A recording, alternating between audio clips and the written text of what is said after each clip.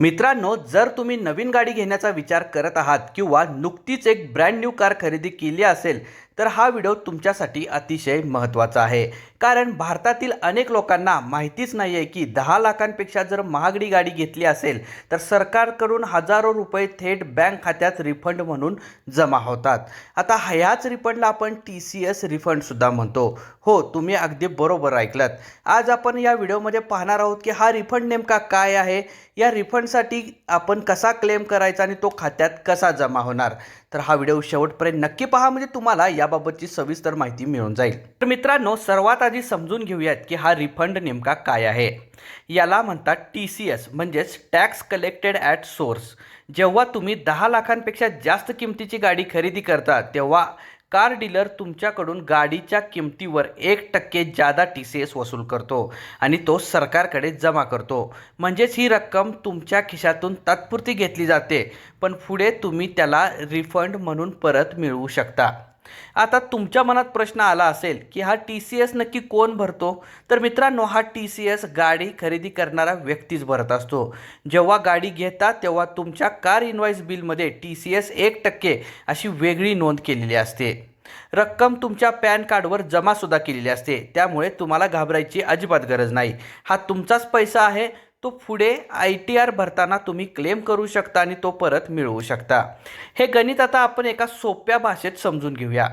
समजा तुम्ही 15 लाखांची एक चांगली गाडी खरेदी केलेली आहे. आता 15 लाखांच्या 1% प्रमाणे तुम्ही 15,000 TCS तिथे एक्स्ट्रा भरत आहात. हे 15,000 तुमच्या पॅन कार्डवर क्रेडिट होतात. म्हणजेच तुम्ही गाडीवर भरलेले 15,000 रुपये सरकारकडे गेले आहेत, पण ITR भरताना क्लेम करून तुम्ही हे 15,000 परत मिळवू शकता. पण मित्रांनो, एक कटू सत्य आहे की अनेक लोकांचे हे पैसे सरकारकडेच राहतात. असं का होतं? तर याची 4 प्रमुख कारणे आहेत. अनेकांना माहीतच नसतं की असं काही TCS रिफंड मिळतो. कार डीलरसुद्धा अनेकदा आपल्याला याबद्दल सांगत नाहीत. अनेक लोक नियमितपणे ITR भरत नाहीत आणि लोक त्यांचे फॉर्म 26AS चेक करत नाहीत, जिथे हा टॅक्स जमा दाखवलेला असतो. या चुकांमुळे तुमच्या कष्टाचे पैसे सरकारकडेच पडून राहतात. पण काळजी करू नका, आता आपण पाहूया की हे पैसे परत मिळवण्यासाठी आपल्याला नेमकं काय करावं लागतं. तर रिफंड मिळवण्यासाठी तुम्हाला ही सोपी प्रोसेस फॉलो करायची आहे. सर्वात पहिल्यांदा तुमच्या गाडीच्या बिलामध्ये इनवॉइसमध्ये TCS 1% वेगळा दाखवला आहे का याची खात्री करायची आहे. आणि दाखवला नसेल तर डीलरकडून त्याची खात्री करून तसे इनवॉइस घ्यायचा आहे. त्यानंतर गाडी खरेदी विक्रीचा करार म्हणजेच ॲग्रीमेंट, इनवॉइस आणि पेमेंटचा पुरावा आपल्याकडे ठेवायचा आहे. तुमचं पॅन कार्ड आणि बँक डिटेल बरोबर ठेवायचं आहे. सर्वात महत्त्वाचं, ITR भरताना TCSची माहिती योग्य रीतीने भरा आणि क्लेम करा. आणि 5वी प्रोसेस आहे की रिटर्न प्रोसेस झाल्यानंतर हा रिफंड थेट तुमच्या बँक खात्यात मिळतो. योग्य माहिती आणि वेळेत ITR भरल्यास तुम्हाला पूर्ण रिफंड नक्की मिळतो. म्हणजे समजा तुम्ही 15 लाखाची गाडी घेत असाल तर हा 15,000चा जो TCS तुम्ही गाडी घेताना जो डीलरला दिला होता टॅक्स म्हणून, तोच 15,000 आता तुम्ही ITR रिटर्न भरल्यानंतर तुम्हाला तुमच्या खात्यामध्ये जमा होतो. आता शेवटचा आणि महत्त्वाचा प्रश्न, पैसे खात्यात यायला किती वेळ लागतो. एकदा तुम्ही ITR भरला की तुमची माहिती बरोबर असेल तर प्रोसेस सुरू होते.